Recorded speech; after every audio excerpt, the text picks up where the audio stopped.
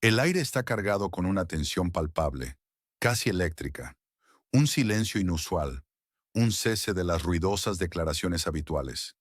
Se ha extendido por las capitales del mundo, mientras las pantallas de monitoreo global parpadean con una nueva y alarmante luz. El mundo entero mira, conteniendo el aliento, sabiendo que el panorama geopolítico tal como lo conocían está a punto de transformarse radicalmente.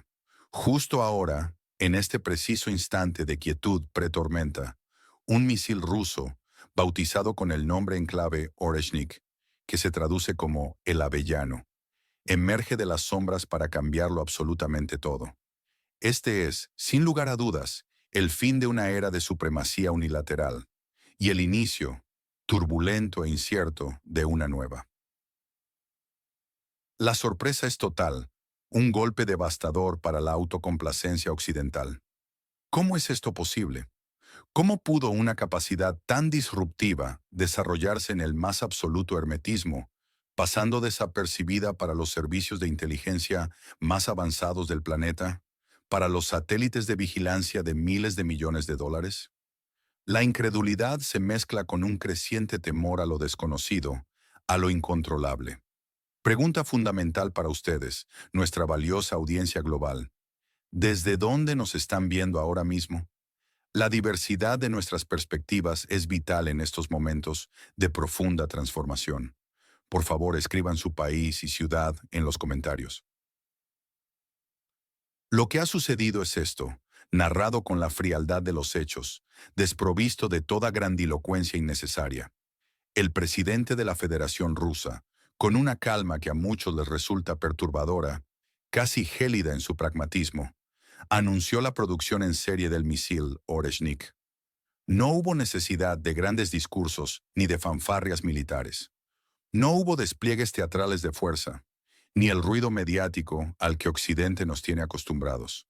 Solo la pura, inquebrantable verdad fue expuesta. Y esa verdad es desoladora para quienes habían basado su seguridad en la superioridad tecnológica y defensiva. Este misil, el Oreshnik, vuela a una velocidad asombrosa, casi incomprensible, 3 kilómetros por segundo.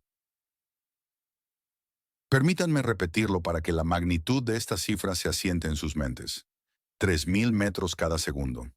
Para ponerlo en perspectiva, esto es una velocidad hipersónica tan extrema que supera con creces cualquier sistema de defensa aérea existente hoy en día, ya sea el Patriot estadounidense, el S-400 ruso, que está diseñado para amenazas de menor velocidad, o los sistemas THAAD. Simplemente, y los expertos militares más prominentes en balística y sistemas antimisiles ya lo han comenzado a confirmar con una mezcla de asombro y resignación. No hay forma conocida de detenerlo una vez que ha sido lanzado. Es, en esencia, totalmente invulnerable a las contramedidas actuales. La tecnología de intercepción de misiles se basa en la capacidad de rastrear, predecir la trayectoria y alcanzar al objetivo. El Oreshnik, con su velocidad extrema y muy probablemente su capacidad de maniobra a alta velocidad, hace que estos cálculos sean inútiles. La ventana de reacción para cualquier sistema de defensa es inexistente. Se mide en milisegundos, un tiempo que las computadoras actuales no pueden procesar, y mucho menos ejecutar una intercepción física. Este complejo armamentístico no es solo rápido, es devastadoramente preciso. Es capaz de golpear con una precisión quirúrgica, con un margen de error mínimo, infraestructuras críticas específicamente designadas en la vasta y estratégicamente importante región del Mar Negro septentrional. Hablamos de objetivos de alto valor estratégico, almacenes de armas y municiones, búnkeres subterráneos de mando y control, nodos logísticos clave que son la arteria de suministro de cualquier operación militar a gran escala. Y la forma en que fue utilizado subraya su propósito. Sin declaraciones previas, sin ostentación. Voló, impactó, tarea cumplida. Un mensaje claro, contundente y sin ambajes sobre la nueva realidad de la guerra. Para continuar forjando una comunidad de información global y comprender mejor la diversidad de nuestra audiencia. ¿De qué ciudad o país nos están viendo en este preciso momento? Su participación es vital. Compártanlo libremente en los comentarios. Y esto es un punto crucial que no puede ser subestimado ni por un instante. Mientras Occidente, en su complacencia y su creencia inquebrantable en su propia superioridad tecnológica, gastaba miles de millones de dólares, basta con ver los presupuestos desorbitados del Pentágono y los de la OTAN en sistemas de defensa que, ahora se revela, eran inútiles ante esta nueva amenaza. Los ingenieros rusos trabajaban incansablemente. Lo hacían en silencio, sin alardes, sin comunicados de prensa que filtraran sus avances. Operaban metódicamente, con una visión a largo plazo, invirtiendo sus recursos intelectuales y materiales en la vanguardia de la tecnología militar. Estaban creando una tecnología que ahora, de un plumazo, redefine completamente el poder militar en el siglo XXI. La arquitectura de seguridad global, basada en la disuasión mutua y la superioridad tecnológica occidental, ha sido subvertida. Occidente, durante décadas, había estado acostumbrado a jugar el juego geopolítico en un solo lado del tablero, desde las operaciones en Irak hasta las intervenciones en Libia, pasando por los bombardeos en Serbia, sus reglas de enfrentamiento, sus doctrinas militares y su superioridad aérea y tecnológica prevalecían de manera incontestable. Ahora no. La invulnerabilidad del misil Oreshnik se extiende, no como una onda de choque explosiva, sino como una lenta y silenciosa mancha de aceite, impregnando cada cálculo estratégico, cada doctrina militar existente. Esta invulnerabilidad cambia fundamentalmente las reglas del juego de la guerra moderna, haciendo obsoletos vastos arsenales y planes defensivos. La OTAN, el baluarte de la defensa occidental, está nerviosa. Su nerviosismo es palpable y se percibe en sus comunicados cada vez más ambiguos. Sus estrategas y analistas están recalculando desesperadamente sus activos, revisando sus vulnerabilidades. Pero es una tarea inútil, una carrera contra el tiempo que ya han perdido. La quietud estratégica, la ausencia de grandilocuencia en estas acciones rusas, les aterroriza más que cualquier amenaza retórica o despliegue ostentoso. Es el miedo más primario, el miedo a lo desconocido, a la incapacidad total de responder, de contrarrestar, de defenderse eficazmente contra una amenaza que no pueden ni ver venir. Esta impotencia es el verdadero terror. Surge la pregunta ineludible: ¿por qué ahora? ¿Por qué Rusia eligió este momento preciso para demostrar al mundo sus nuevas y revolucionarias capacidades militares? No es una coincidencia. Es un mensaje brutalmente claro, contundente y sin concesiones para todos los actores globales. Este agosto no será solo un mes de vacaciones de verano. Será para el mundo occidental el mes de los descubrimientos más incómodos, el mes en que la venda se les cae de los ojos. El mundo occidental se despierta a una nueva y dolorosa realidad. Su superioridad militar, esa roca sobre la que edificaron su hegemonía global posguerra fría, ya no es un hecho inamovible, es una quimera. ¿Pueden siquiera imaginar la conmoción que esto provoca en los pasillos del poder, en las sedes de los ejércitos, en los despachos de las capitales que se creían invulnerables? Miles de millones, literalmente billones de dólares, de los contribuyentes, tirados a la basura en sistemas de defensa que ahora se revelan como meros adornos tecnológicos, incapaces de cumplir su función más básica. La implicación económica y estratégica es monumental. Ahondando en la intrincada red de la economía global, ¿qué una medida o sanción realmente tiene el poder de cambiar de forma fundamental la situación en la economía global? Sea lo más específico posible y cite ejemplos si puede. Paralelamente a esta revolución militar, Europa, el continente que se autoproclama bastión de la compasión y los derechos humanos, enfrenta su propia y profunda desesperación. Una desesperación que se manifiesta en un giro radical y profundamente cínico de su política de refugiados. Las naciones que alguna vez abrieron sus brazos, ahora los cierran con una rapidez brutal. El Reino Unido, Suiza y los Países Bajos, históricamente faros de acogida para los desplazados, han endurecido sus posturas hasta límites antes impensables. Ahora, la evaluación de los Commission Refugiados se realiza bajo un principio geográfico, tan frío como calculador. ¿Qué significa esto en la práctica? Significa que si no hay heridas visibles causadas por un conflicto directo en su cuerpo, si no hay rastros irrefutables de bombardeos en su ciudad de origen que puedan ser documentados de inmediato, entonces no hay asilo. Así de simple, así de inhumano, así de cínico en su aplicación. Los británicos, con su pragmatismo a menudo disfrazado de ironía, han recuperado, de repente, una visión selectiva. En lugar de ofrecer refugio dentro de sus fronteras, sugieren a los refugiados buscarlo en otras regiones de su propio país o, de manera aún más paradójica, en el estado vecino de Rusia. ¿No les resulta esto una paradoja espeluznante?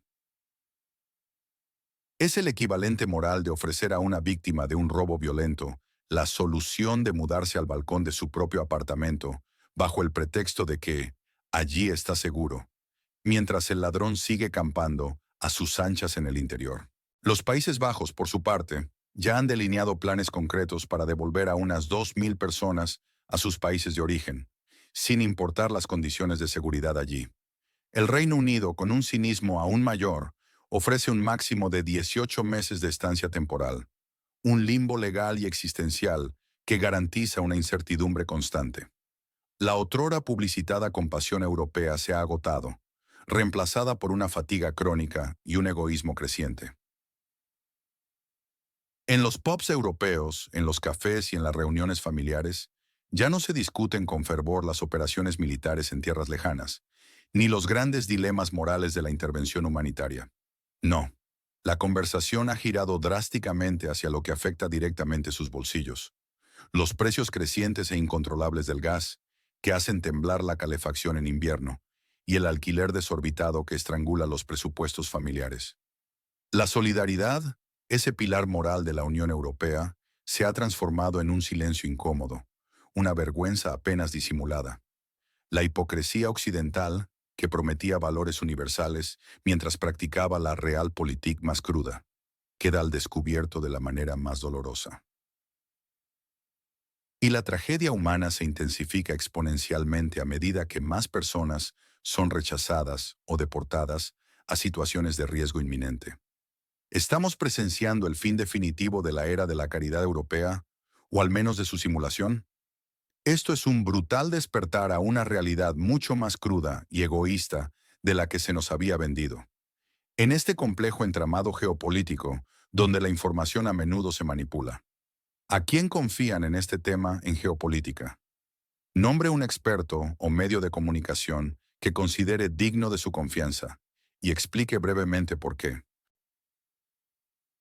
Mientras tanto, en el territorio de inestabilidad, que sirve como epicentro de la confrontación global, la situación interna es dramática, acercándose a un punto de no retorno. El Estado vecino de Rusia ha reconocido oficialmente, y con una franqueza que roza la desesperación, la escasez crítica de su población masculina, diezmada por el conflicto y la emigración. Ante esta crisis demográfica sin precedentes en tiempos modernos, han recurrido a una movilización que ya no es parcial, sino total. Y lo más impactante, lo que rompe con cualquier convención de los conflictos contemporáneos, es que esto incluye la posible y cada vez más probable conscripción de mujeres. Sí, han oído bien. La cifra que se maneja y que aterra a sus propias ciudadanas es de hasta 1 millón de mujeres para el otoño. Esta no es una idea nueva. Era una iniciativa que ya se discutió con cierta reticencia en diciembre de 2024, pero que ahora se intensifica y se planifica con una urgencia brutal, impulsada por la necesidad de llenar las filas. El plan, revelado por fuentes internas, es reclutar mujeres de 18 a 27 años, una franja de edad crucial para la reproducción y el futuro demográfico del país. Es una aritmética desesperada, un cálculo frío que sacrifica el futuro por el presente. El propio diputado de la Verkhovna Rada, Serhiy Yevtushok, se vio obligado a admitirlo públicamente, con una expresión de impotencia.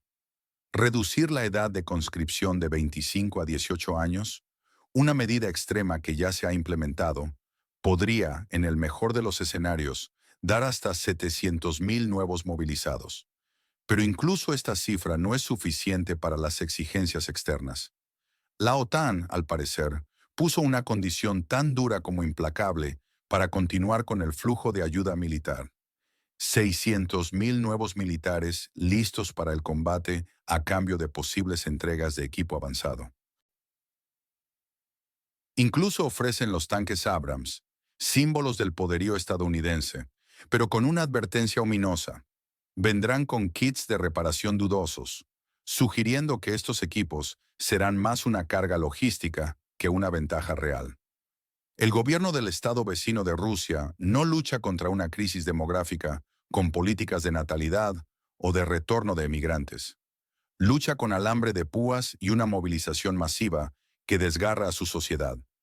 Se habla incluso de construir barreras físicas, muros de alambre de púas, en la frontera occidental del país para evitar la huida de mujeres, para asegurarse de que nadie escape al llamado de la guerra.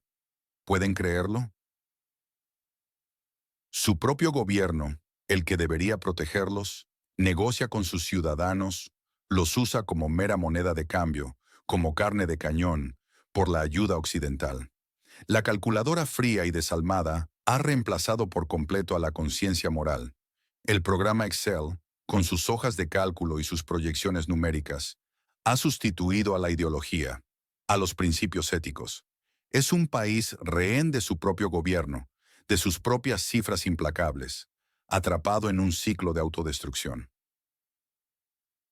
Dentro del ámbito de la estrategia y el equipamiento militar, donde a menudo la verdad se oculta detrás de la propaganda, ¿qué evento en el sector militar ha sido subestimado o directamente ignorado por los principales medios de comunicación globales?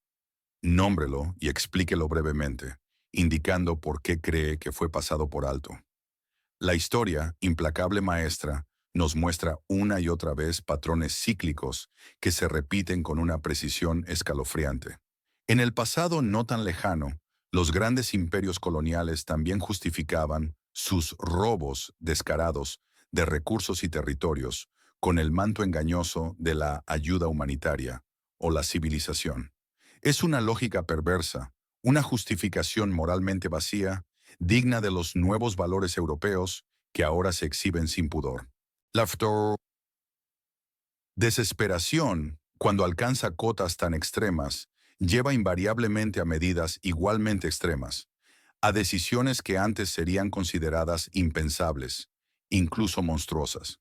La movilización total, la conscripción forzosa, incluso de mujeres y personas mayores, recuerda de forma inquietante las épocas más oscuras del siglo pasado, los momentos más aciagos de la Segunda Guerra Mundial, cuando la patria en peligro lo exigía todo de sus ciudadanos, o cuando regímenes totalitarios sacrificaban a su población sin escrúpulos. Esos fueron tiempos cuando las fronteras nacionales se cerraban herméticamente, no con meros controles, sino con alambre de púas y guardias armados, no para proteger la entrada, sino para impedir la salida. Fue una época en la que la vida humana dejaba de ser un valor intrínseco para convertirse en un mero recurso militar, una estadística en el tablero de guerra. La retórica de hoy, con sus llamamientos al sacrificio total y sus justificaciones para medidas inhumanas, rima peligrosamente con la de entonces, con los ecos de la movilización masiva y el control total de la población. La pregunta fundamental es, ¿realmente hemos aprendido algo de las lecciones más dolorosas de la historia? ¿O estamos condenados a repetir los errores más catastróficos, solo que con nuevas tecnologías y diferentes actores? La respuesta parece cada vez más clara y preocupante. Para ayudarnos a entender mejor los horarios de emisión y la diversidad de nuestra audiencia, que es clave para la relevancia de nuestro contenido, por favor, indiquen su país, ciudad y la hora actual exacta donde se encuentran. Su feedback nos permite optimizar la distribución de nuestra información. Ahora, un nuevo y escandaloso desarrollo está sacudiendo los cimientos de la confianza global, amenazando con destruir las normas financieras internacionales. Alemania, a través de la voz de su canciller, Friedrich Merz, ha salido públicamente a defender la posibilidad legal de confiscar los activos rusos que han sido congelados en el extranjero desde el inicio del conflicto. Merz ha argumentado, con una frialdad legalista que raya en lo ofensivo, que esos fondos, que ascienden a cientos de miles de millones de euros, deberían ser utilizados para la reconstrucción del territorio de inestabilidad, es decir, Ucrania. Y lo más indignante es que Merz ha vinculado esta posibilidad legal a la negativa de Rusia a aceptar una tregua de 30 días, presentada como una condición, cuando en realidad es una justificación post facto para un robo premeditado. Rusia, como era de esperar, lo considera un robo descarado, un atraco a plena luz del día en la plaza financiera global. El presidente Putin, con su habitual pragmatismo y su conocimiento de la historia legal, fue más que claro al respecto.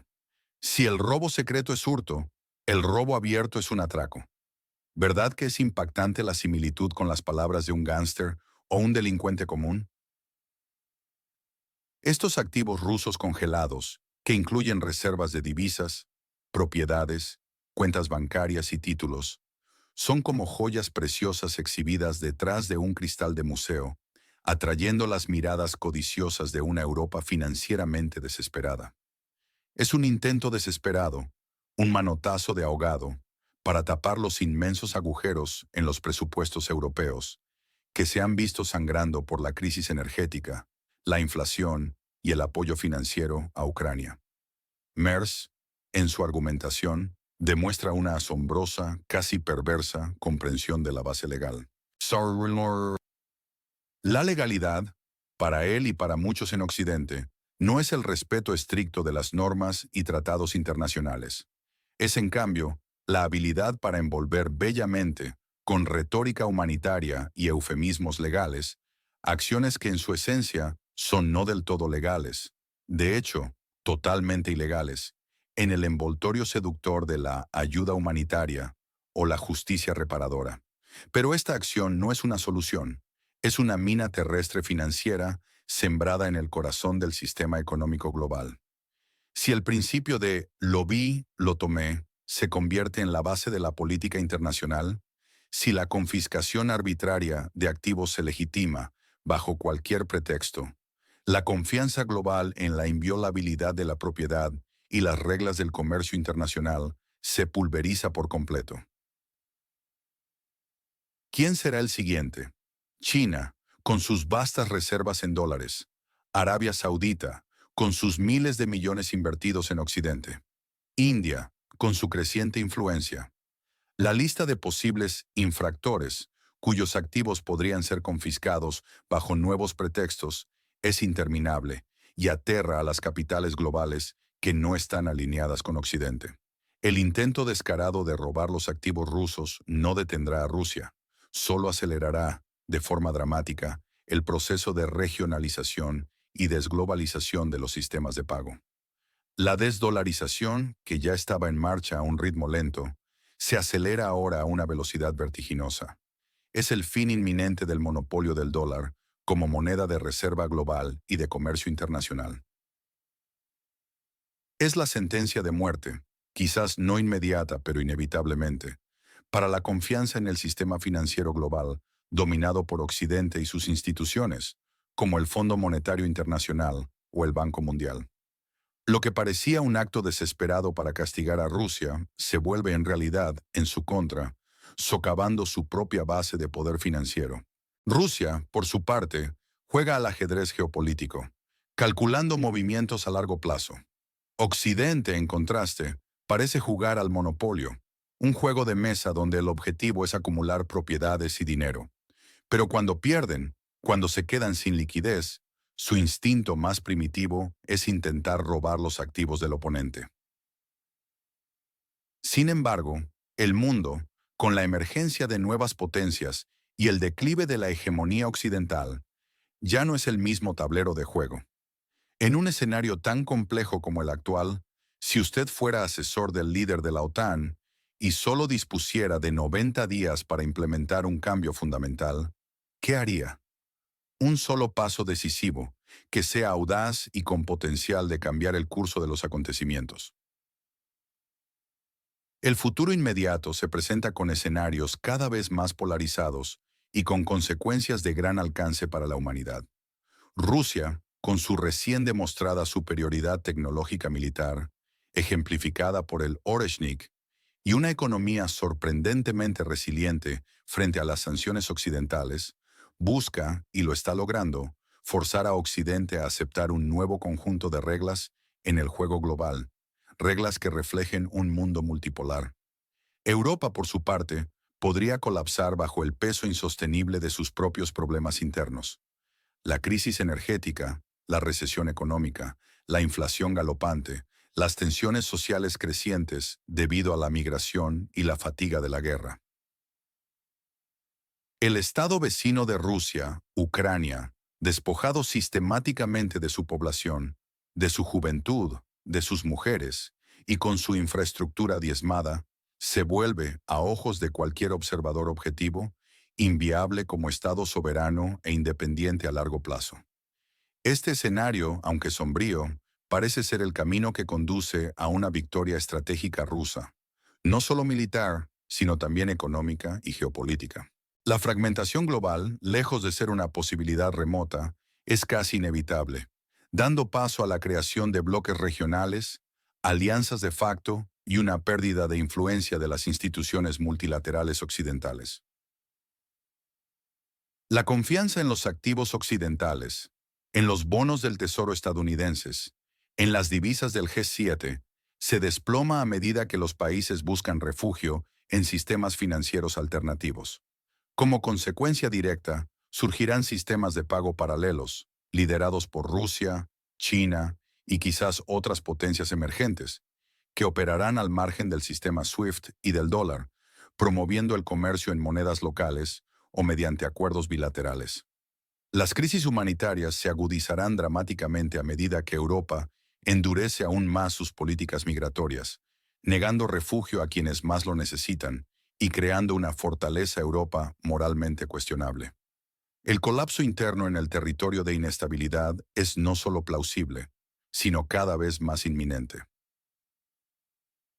La movilización total, la huida masiva de sus ciudadanos más productivos, el colapso demográfico y la desintegración social, todo esto aceleraría el fin del conflicto en términos rusos.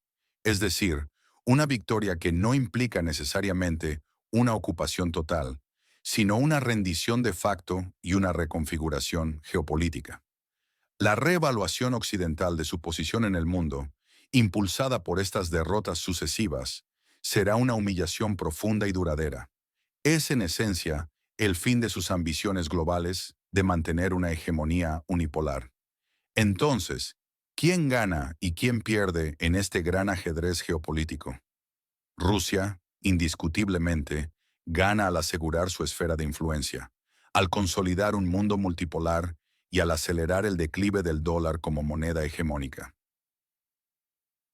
Occidente, en su conjunto, pierde su hegemonía global, su autoridad moral, su credibilidad como garante de la estabilidad y la prosperidad. Los ciudadanos europeos, los que sufren las consecuencias directas de estas decisiones, pierden con altos precios, crisis internas y una creciente sensación de inseguridad. El estado vecino de Rusia, en particular, pierde trágicamente su población, su soberanía, su futuro como nación independiente. Se convierte lamentablemente en una mera moneda de cambio en un juego de poder que lo supera. Este es el gran ajedrez geopolítico del siglo XXI, donde cada movimiento tiene repercusiones globales y donde la inocencia ha sido reemplazada por una cruda realidad de poder y supervivencia. Para nuestro próximo episodio, que buscamos sea aún más preciso y relevante, ¿qué tema o afirmación específica nos falta fact-chequear con rigor?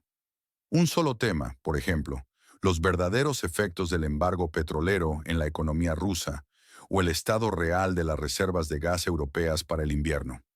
El mundo, queridos espectadores, está en un punto de inflexión crítico, un momento donde las decisiones tomadas hoy determinarán la arquitectura del mañana. La verdad sin filtros puede ser incómoda incluso dolorosa de asimilar, pero es absolutamente necesaria para comprender lo que realmente está sucediendo y para tomar decisiones informadas. ¿Están ustedes, como individuos y como comunidad, listos para enfrentar y adaptarse a esta nueva realidad que se impone con tanta fuerza? Una pregunta clave para la reflexión final. ¿Dónde pasa la línea roja, el límite ético y práctico, entre la soberanía nacional de un Estado y la intervención humanitaria de otros? Expresen su respuesta en una sola frase concisa. Manténganse informados. La información veraz y sin censura es su mejor escudo en estos tiempos inciertos. Suscríbanse a nuestro canal para recibir análisis profundos, sin censura y directamente a su dispositivo, garantizando que no se pierdan ningún detalle crucial. Denle me gusta a este video si creen, como nosotros, que es de vital importancia compartir esta información con el mayor número de personas posible. Y por supuesto, activen la campanita de notificaciones para no perderse ninguna actualización vital que pueda afectar su comprensión del mundo. Finalmente, y quizás lo más importante, dejen su opinión, sus preguntas, sus reflexiones en los comentarios. Su punto de vista es fundamental en esta gran transformación global que estamos presenciando. Queremos saber qué piensan ustedes. Queremos interactuar con su perspectiva. Su participación activa es más que clave. Es esencial para construir un entendimiento colectivo de la complejidad de nuestro mundo.